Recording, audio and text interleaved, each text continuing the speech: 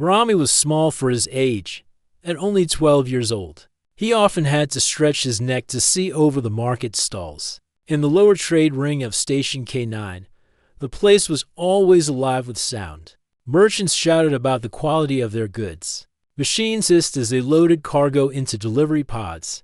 The air smelled of oil, strange alien spices, and the faint sweetness of synthetic fruit. It was Rami's favorite place, not because he had money to spend, but because he liked to watch the different ships arrive and leave. Traders came from hundreds of systems, each one speaking in a strange voice and wearing unusual clothing. Some had scales instead of skin. Some had more than to arms. Some had eyes that glowed in the dim light. To Rami, they were all fascinating.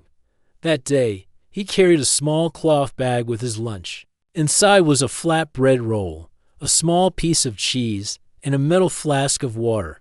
His uncle, who worked in the docking bay, had given it to him in the morning.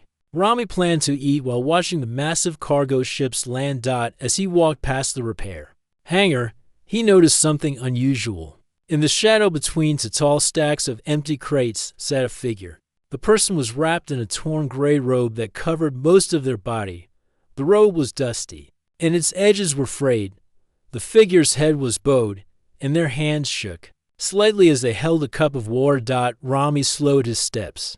At first, he thought it might be one of the workers resting, but no worker dressed like that. The figure's skin, where it showed between the folds of cloth, was smooth and pale with a faint silvery shimmer. Rami had never seen skin like that. He glanced around. Dozens of people walked through the market, but nobody seemed to notice the strange figure. Some even walked closer, only to turn their heads away as if not wanting to see. Rami hesitated. His uncle had told him not to talk to strangers, especially aliens he didn't know. But something in the way the figure sat hunched, still, and quiet made him feel sorry. It looked like they had not eaten in a long time. Taking a small breath, Rami stepped closer. "Are you okay?" he asked softly. The figure slowly lifted their head. A hood hid most of their face, but from the shadow, two eyes looked out bright silver, glowing faintly like starlight. They blinked at him, and for a moment Rami thought he saw surprise in them. The voice was calm but weak. "I'm fine." It didn't sound true. "You look hungry," Rami said. He opened his bag and took out the bread roll and cheese. "Here, you can have this." The figure tilted their head, studying him. "You give food to me. Why?" Rami shrugged. "Because you look like you need it. And I already had breakfast." For a few seconds, the figure didn't move. Then, slowly, they reached out with long, slender fingers and took the bread. The fingers trembled slightly. They broke the bread in half and took a small bite, chewing slowly as if tasting food for the first time in a long while. When they looked up again, their eyes seemed softer. "Thank you, small one." Rami smiled. "I'm Rami." The figure nodded. "Mira," they said simply. They ate the rest of the bread and cheese in small bites, drinking from the metal flask Rami offered. Around them, the market continued its busy noise, but in the shadow of the crates, it felt quieter. After a while, Mira spoke again. "Rami, do you know the station well?" "Pretty well," Rami replied. "My uncle works here, and I explore a lot." "Then, will you guide me? I need to find a place deep in the lower decks, but I do not know the path." Rami thought for a moment. Lower decks aren't safe for strangers. "Why do you want to go there?" Mira's silver eyes held his gaze. "Because I am looking for someone." Rami frowned. "Who? I cannot say now," she said. "But it is important." Something in her voice made him believe her. She didn't sound like she was lying. Besides, she had eaten his food politely and seemed gentle. "All right," Rami said. "But we have to be careful." Mira gave a small nod. "Yes, very careful." As they stood, Rami noticed how tall she was, almost a full head taller than the tallest humans he had seen. Her robe flowed around her like water, and even in its torn state, it moved with an elegance that didn't fit a beggar. They stepped out of the shadows into the main walkway. Rami led her through the twisting paths of the trade ring. Every so often, he glanced back to make sure she was still following.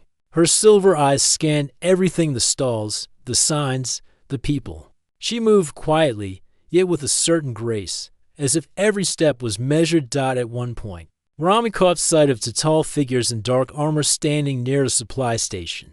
Their helmets hid their faces, but they seemed to be watching the crowd carefully. One of them looked directly at Mira for a moment before turning to speak to the other. "Mira," Rami whispered, slowing his steps, "those two back there. I think they're looking at us." Mira's gaze flicked toward them, and her expression changed just for an instant to something sharp and alert. "Keep walking," she said softly. Rami's heart beat faster. "Who are they?" "Not friends," she replied. They turned down a narrower path between storage units. Mira's robe brushed lightly against the walls as they passed. The sound of the market faded behind them, replaced by the distant hum of engines and the clank of machinery.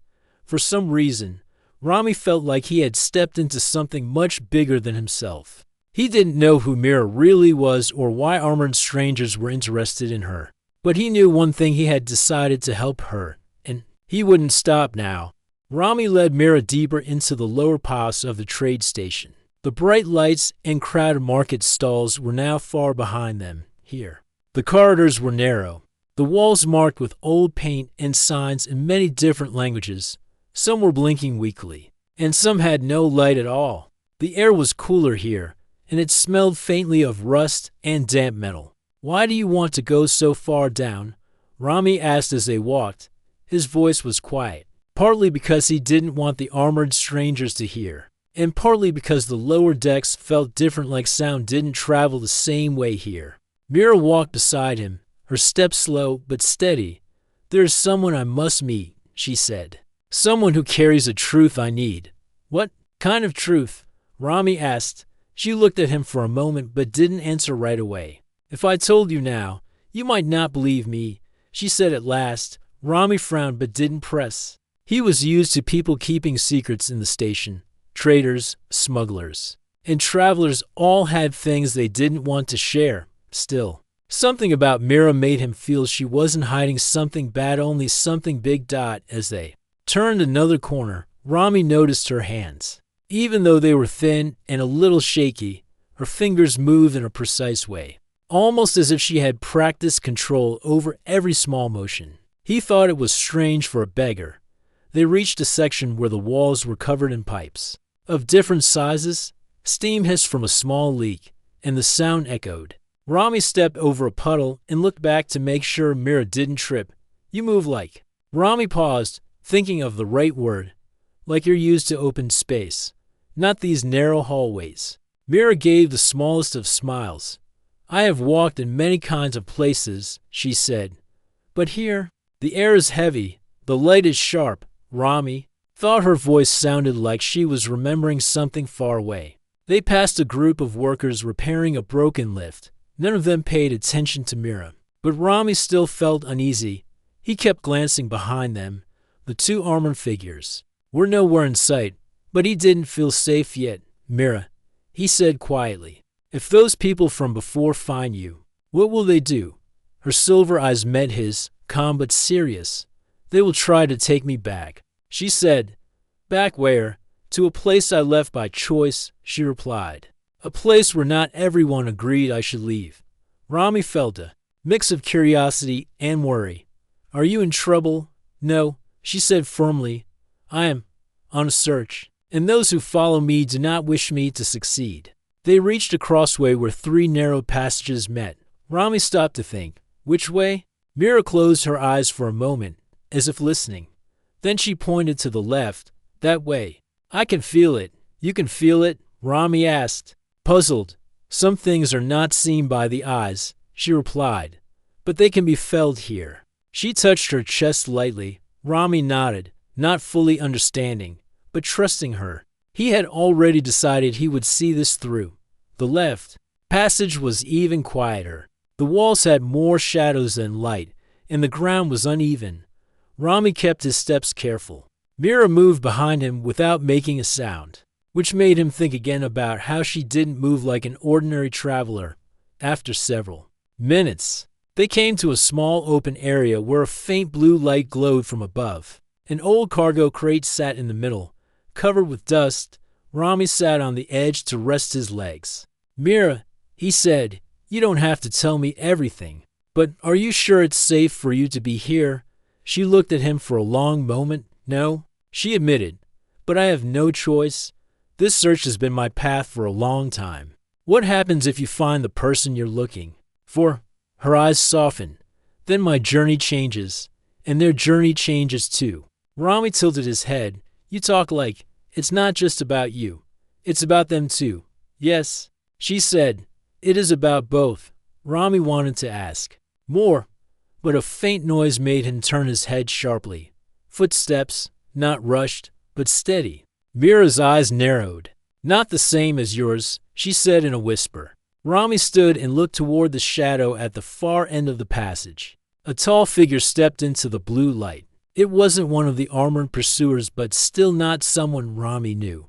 The figure wore a long coat with strange markings and had a smooth, flat mask over their face. "Mira," the stranger said in a low, even voice. "You have come far." Rami looked between them. "You know this person?" "Yes," Mira said quietly. "Is that who you were looking for?" Her answer was slow. "It is. One of them." The masked figure stepped closer. "You should not have brought the boy." Mira stepped in front of Rami, her robe brushing the ground. "He has given me more than anyone else has on this station. He stays." The masked figure paused, then nodded slowly. "Very well, but you must both move quickly. There's not much time." Rami's heartbeat quickened. "Time for what?" The stranger's voice was calm, but the words carried weight. "Time before the hunters reach this place." Mira placed a hand lightly on Rami's shoulder. "We go," she said, and just like that, the three of them moved together into the shadowed hallway, leaving the blue light and the dusty crate behind. Rami didn't know where they were going or what they would find, but he felt the air growing heavier with each step. Somewhere deep inside, he knew his life had just crossed into something far greater than he had ever imagined. The narrow hallway twisted like the inside of an old pipe. Faint lights flickered above, and the sound of the station's engines thudded like a slow heartbeat through the walls. Rami walked between Mira and the masked stranger, feeling the air grow colder with every step. He had no idea where they were going. The masked stranger didn't speak again, and Mira kept her eyes forward. The silence made Rami's thoughts louder in his head. Who exactly was chasing Mira? Why did she need this stranger's help? And why did he, a boy from the docking bay, suddenly feel like he was in the middle of a story meant for someone else? Finally, the stranger stopped in front of a locked metal door. The surface was scratched and dented, as if it had been there for years.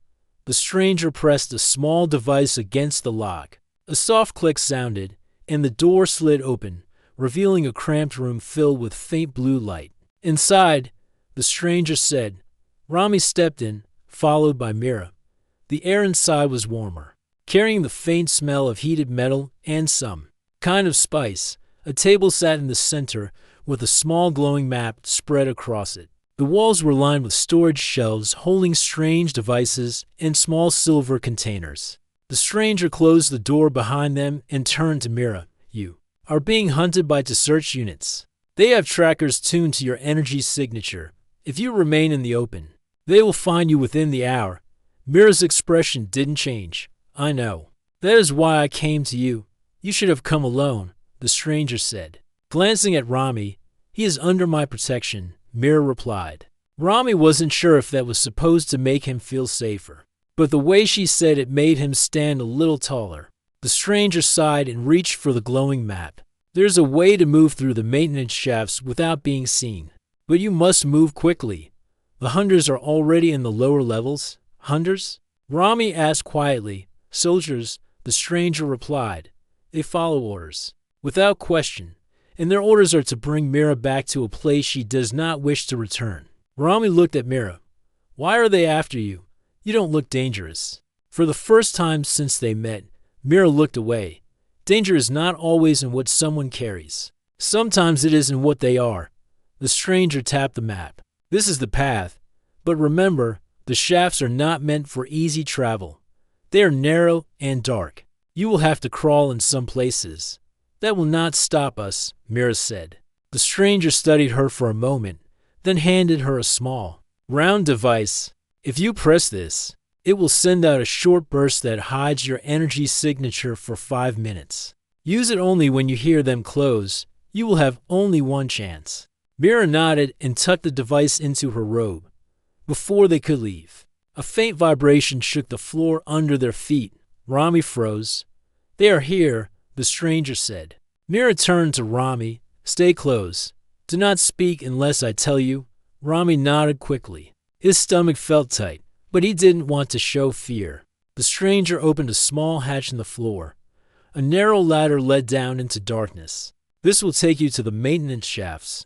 I will send a false trail to lead the hunters away. From this place, you will not come with us? Mira asked. I cannot, the stranger said. If I leave, they will know where you have gone. Mira gave a small bow. Then may the stars keep you safe. The stranger only nodded and moved to the table, already typing into a small console.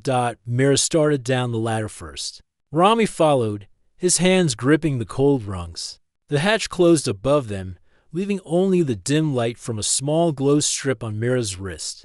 The ladder ended in a low tunnel.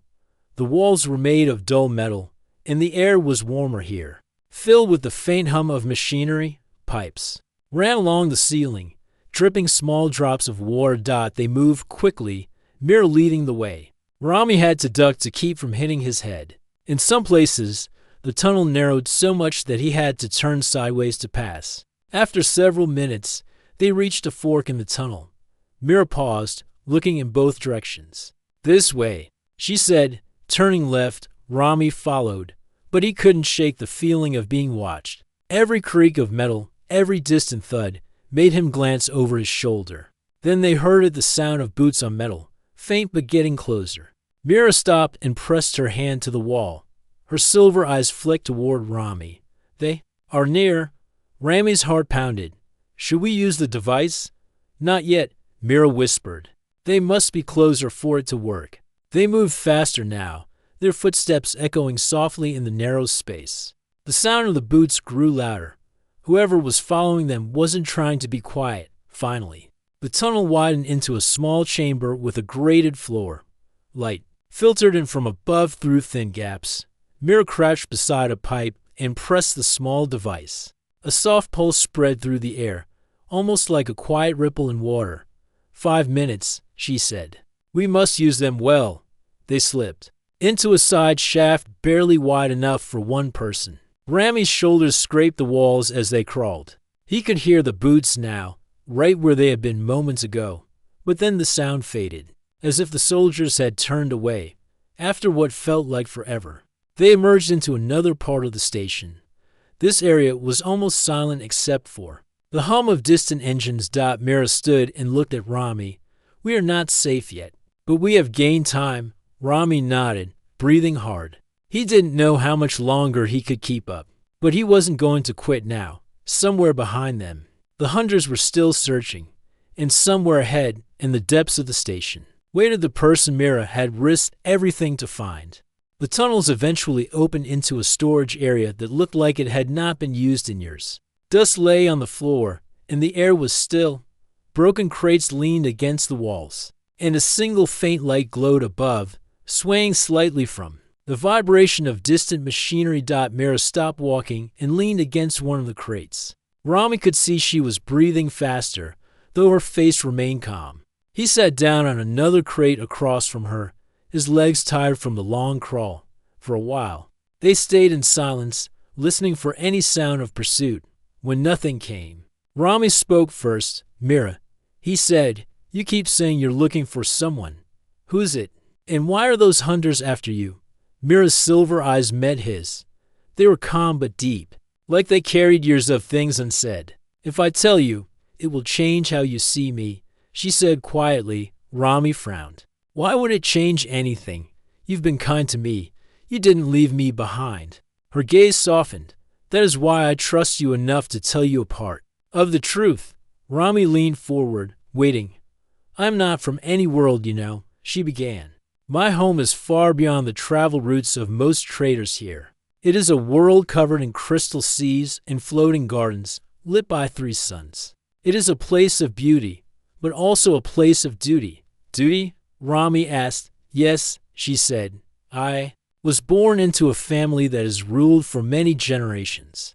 Our people believe leadership is not a right, but a responsibility to serve. But our law has an old tradition. Before one can take the highest seat, they must choose a partner who has shown true kindness without knowing who they are. Rami's eyes widened. You mean you have to marry someone who doesn't know you're important? She nodded slowly. It is a test. We believe that if someone is kind only because of power or wealth, that kindness is not true. But if they show it freely, without gain, then it is pure. Rami thought about this. So, you came here to find someone. Yes, she said. I have traveled in many forms, wearing many faces, to see how people treat those they think are poor or powerless. And the hunters? Rami asked. Her eyes grew distant. Not everyone agrees with my choice to leave my home. Some think I should choose a partner from among our own people. They believe going to other worlds is dangerous and unworthy. Those are the ones who sent the hunters. Rami sat back. So you're some kind of royal person? Mira gave a small smile. Yes, in your words, I'm a queen without a throne, at least for now. Rami's mind spun. A queen. He had been walking through dirty tunnels with someone who could rule an entire world. He thought about how she had eaten the bread he gave her without complaint, how she had walked beside him without acting proud. She didn't seem like the rulers he'd heard about in stories. So, he said slowly, you're trying to find someone, and then you'll go back and be queen. That is the plan, she said, if I succeed. Rami tilted his head. And what if you don't? Her expression grew serious. Then I return alone, and the council will choose for me. That is a life I do not wish to live. Silence filled the room for a moment. The faint light above swayed again, casting moving shadows on the walls. Finally, Rami said, You could have told me before. I could, she agreed. But then you would have seen me differently. And that is not what I wanted. Rami thought about the first moment he saw her, sitting in the shadow of the crates. He realized she had been testing people from the start. Everyone else had walked past. Only he had stopped. Before he could say anything else, a faint metallic clang echoed through the storage area. Mira's head turned sharply toward the sound. They are searching here now, she said. Rami stood quickly. What do we do? Mira's hand moved to her robe, checking the small round device the stranger had given her. We move again, quietly. They slipped out through a side door and into another narrow passage. This one sloped downward, and the air grew warmer as they walked. Pipes lined the walls, some glowing faintly from the heat running through them. The sound of footsteps returned, distant but steady. Rami's heart thudded in his chest. They're still following, he whispered. Yes, Mira said calmly. They will not stop until they have me. That is why we must reach the one I came here to find. And they're here on the station, Rami asked. She nodded. Yes, I learned of their arrival 2 days ago. That is why I stayed instead of leaving. They turned a corner and entered a large, dim chamber filled with old machinery. A single walkway stretched across the middle, and deep below, the hum of the station's power systems filled the air. Mira stopped halfway across the walkway and looked out over the machinery. This place, she said softly, reminds me of the lower gardens of my home. Different, but the sound is the same. The deep hum of life moving through the ground. Rami glanced around nervously. I don't think we should stay here too long. You are right, she said, and they continued on at the far end of the chamber. Mira paused before a small, rusted door. She touched the panel beside it, and with a faint groan, it slid open. Inside was a short tunnel lit by soft green lights. The air here was different, cooler, and cleaner. Rami could hear faint voices ahead. This is close, Mira said. We are almost there. Rami wanted to ask who exactly they were going to meet. But before he could, a shadow moved at the far end of the tunnel. A figure stepped into the light, another stranger, but this one wore no armor. Instead, They had a plain coat and a calm expression. "Mira," the figure said, "you've brought company." "He is a friend," Mira replied, "and we have no time to waste. The hunters are near." The figure nodded once and stepped aside. "Then come quickly. You are expected." Rami's heart raced. Whoever was waiting for them in the next room might finally answer the questions he had been carrying since the moment he met Mira. But he also knew the hunters were still closing in, and their time was running out.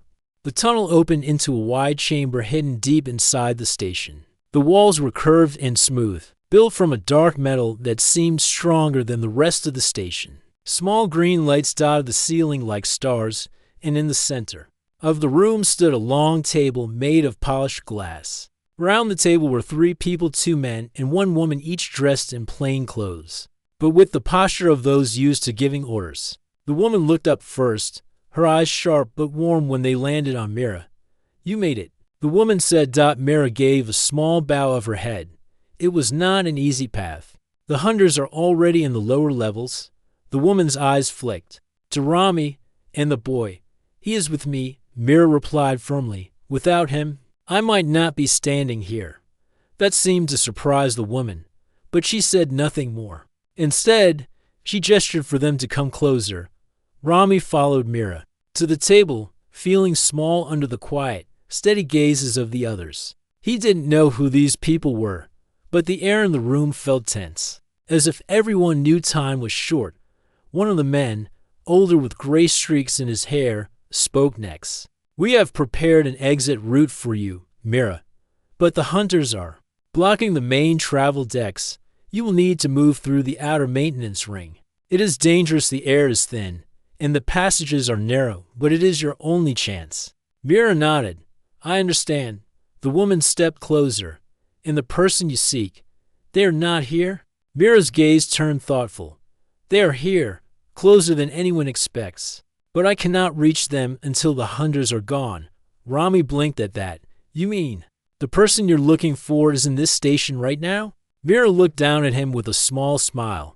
"Yes, but the right meeting must happen at the right time."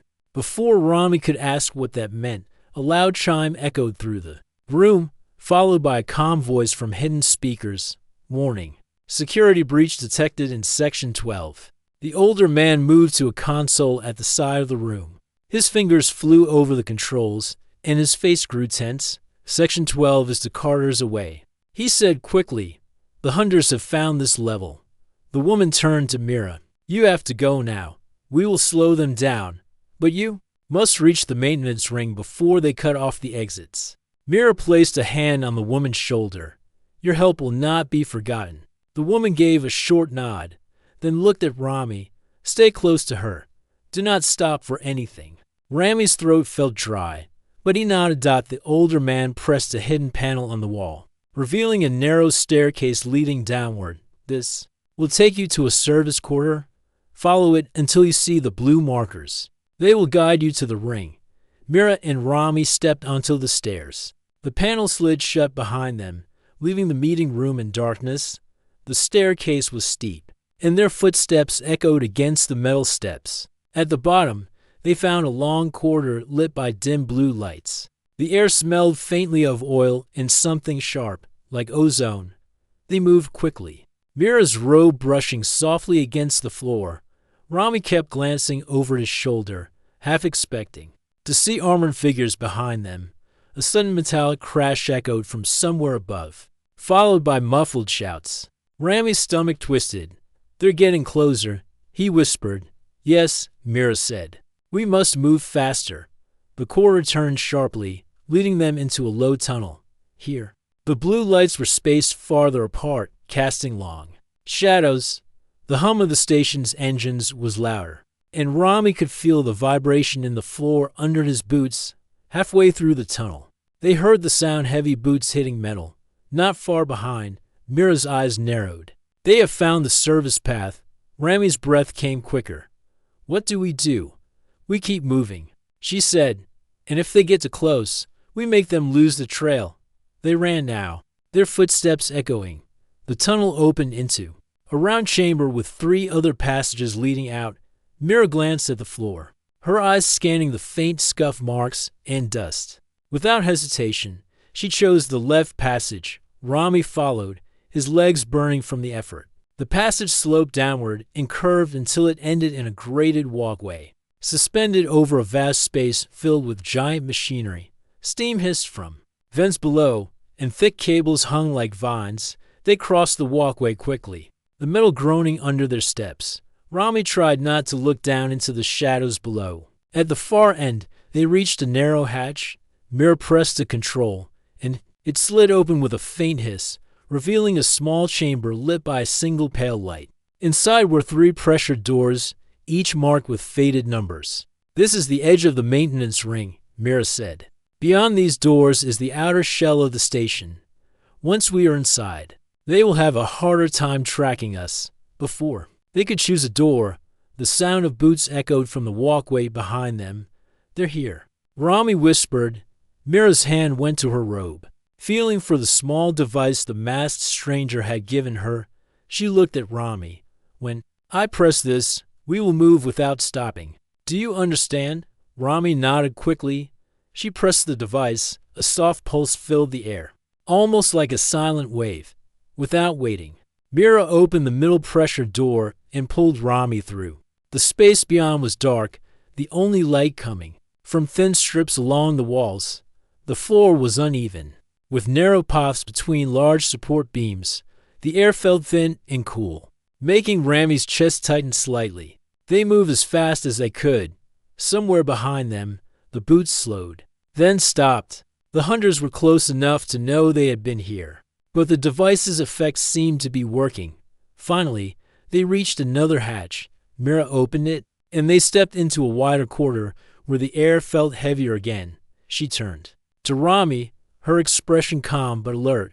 "We have bought some time," she said, "but they will not give up. We must reach the meeting point soon." Rami swallowed hard.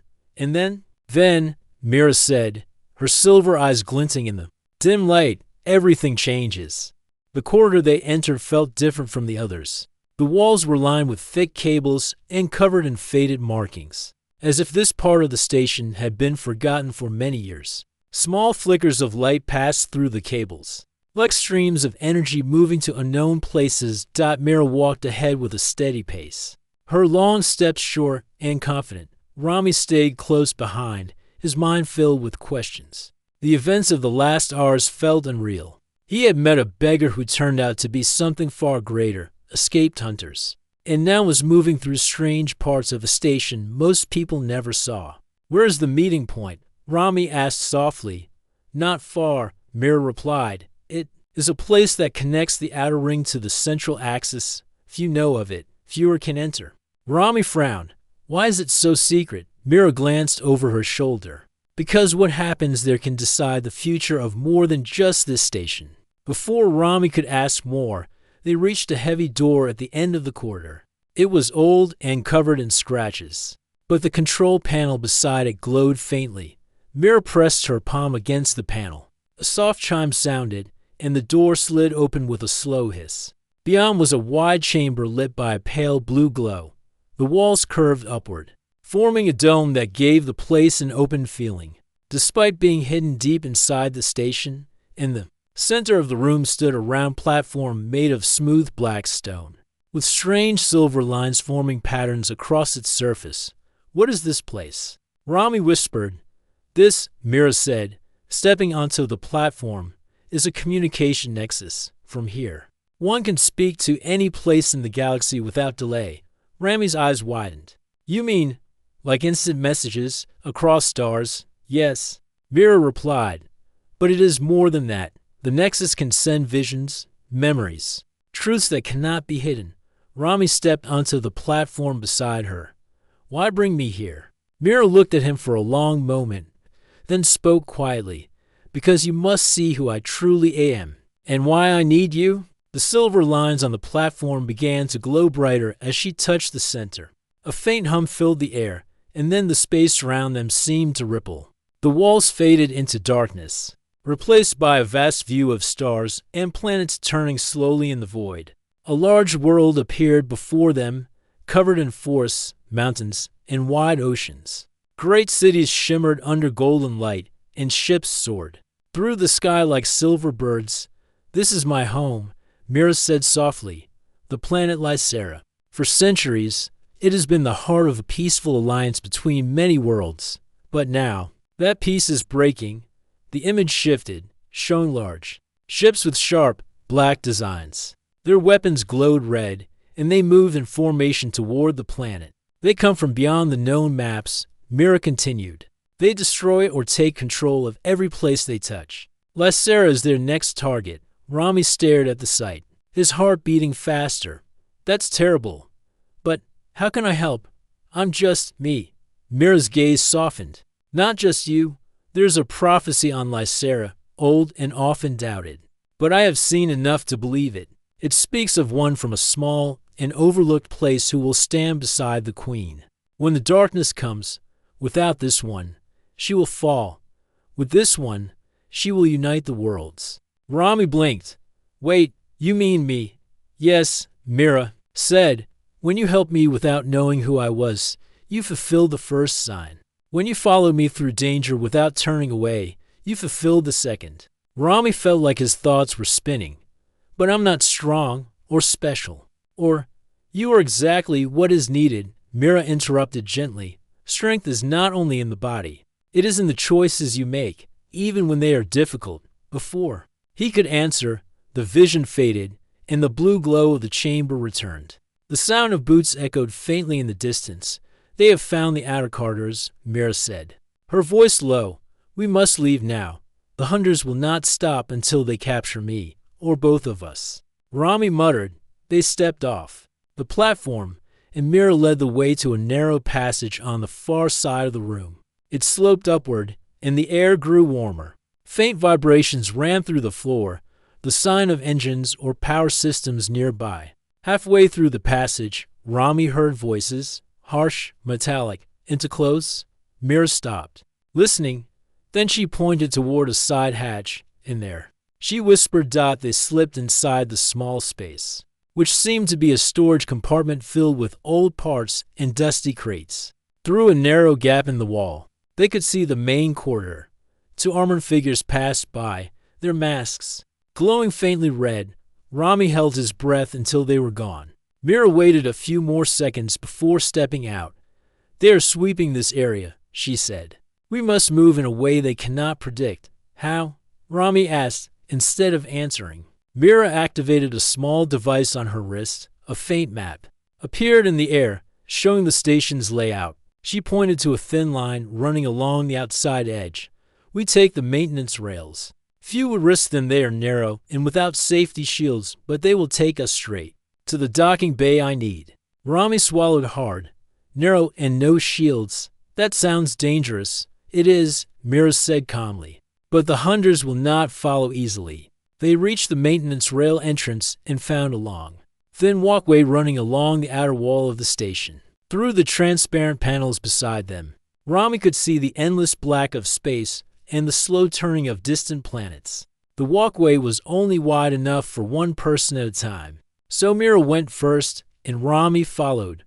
The hum of the station's systems was loud here, and every step made the walkway vibrate slightly. About halfway across, a sharp alarm sounded in the distance. Mira quickened her pace. "They know where we are," she said. Rami looked back and froze. Two hunters had stepped onto the rail at the far end.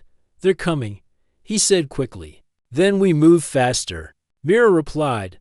The docking bay came into view ahead, a wide, open space filled with small ships. Mira's eyes focused on one in particular, a sleek craft with curved wings. As they stepped off the maintenance rail, Mira pressed the control on her wrist. The ship's ramp lowered with a smooth hiss. "Get inside," she told Rami. He ran up. The ramp, his heart pounding. Behind them, the hunters were closing in. Mira followed, and as soon as she was inside, the ramp began to rise. The hunters reached the edge too late. Mira moved to the pilot's seat, her hands running over the controls. The engines roared to life, and the ship lifted from the docking bay floor. Through the small window, Rami saw the station shrinking behind them as they shot into the darkness of space. Mira's gaze stayed on the stars ahead. We are not safe yet, but now, the path to Lycera is open. Rami took a deep breath. Then, I guess I'm going to your world. Yes? Mira said softly, and when we arrive, the true test will begin. The journey through space felt both fast and endless. Stars drifted past like silent sparks. While the hum of the ship's engines filled the air, Rami sat in the co-pilot's seat, his eyes moving between the endless black outside and the glowing controls in front of Mira. How far is your world? He asked. Closer than it seems, Mira replied. But distance is not the only measure. We must pass through a warp gate. Without it, the trip would take months. Rami nodded, trying to understand. Space travel was still strange to him. What's a warp gate? Mira glanced at him. A bridge in space. It folds the path between 2 points. We step in one place and come out in another. For a while, they flew in silence. Rami tried to rest, but his thoughts kept returning to what Mira had told him, the prophecy, the danger, the fact that she was not just a traveler but a queen, and that somehow he was supposed to stand beside her in a fight that could decide the future of worlds. When he finally dozed off, it was only for a short time. Mira's voice woke him. Rami, look ahead. Through the front window, he saw it, a massive circular structure floating in space, glowing with streams of blue energy. The warp gate. It was larger than any building he had ever seen. Its edges lined with lights that pulsed in a steady rhythm as the ship approached. A deep vibration ran through the air. The blue streams brightened, forming a swirling tunnel in the center of the gate. Hold on, Mira said. The ship entered the tunnel, and the stars around them blurred into long lines. Rami felt his stomach twist, as if they were falling and flying at the same time. Then, in an instant, it was over. They emerged into a new part of Space One filled with glowing nebula clouds and distant worlds. At the center of it all, a beautiful planet turned slowly. Lycera. Rami leaned forward, his mouth slightly open. It's amazing.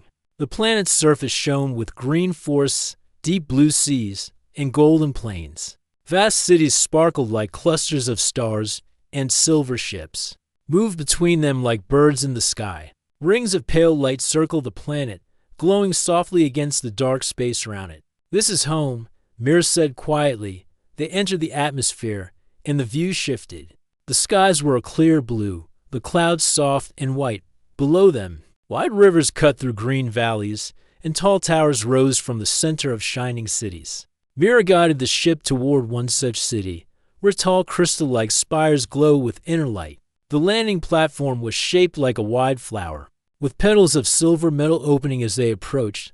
When the ship touched down, a group of figures was already waiting. They wore long robes of blue and silver, and each had a crest on their chest that looked like a star surrounded by wings. The ramp lowered, and warm air rushed in. Rami followed Mira down to the platform. The robed figures bowed deeply as she approached. Your Majesty, the tallest of them said, his voice respectful but urgent. We feared you had been lost. I am not lost, Mira replied. But the danger is greater than I expected. Prepare the council. The man nodded and glanced at Rami. His expression was polite but curious. And this is my chosen ally, Mira said. His presence is by my command. That seemed to settle the matter. The robed figures stepped aside, and Mira led Rami toward a tall building made of pale crystal. Inside, the air was cool and filled with a faint scent like fresh rain. The walls were lined with banners showing stars, moons, and strange symbols. They entered a large round hall, where a ring of seats faced a central platform. One by one, the council members arrived, men and women of different ages, some with markings on their skin, others wearing crowns of light metal. When everyone was seated, Mira stood at the center. Members of the council, she began, her voice carrying easily across the room. The shadow fleet moves closer. I have seen their path. They will reach Lycera within 3 cycles. We must act now. Murmurs filled the room. One council member leaned forward, and the stranger with, You? Why is he here? Rami felt every eye turn toward him. Mira answered before he could speak. He is part of the prophecy. Without him, our efforts will fail.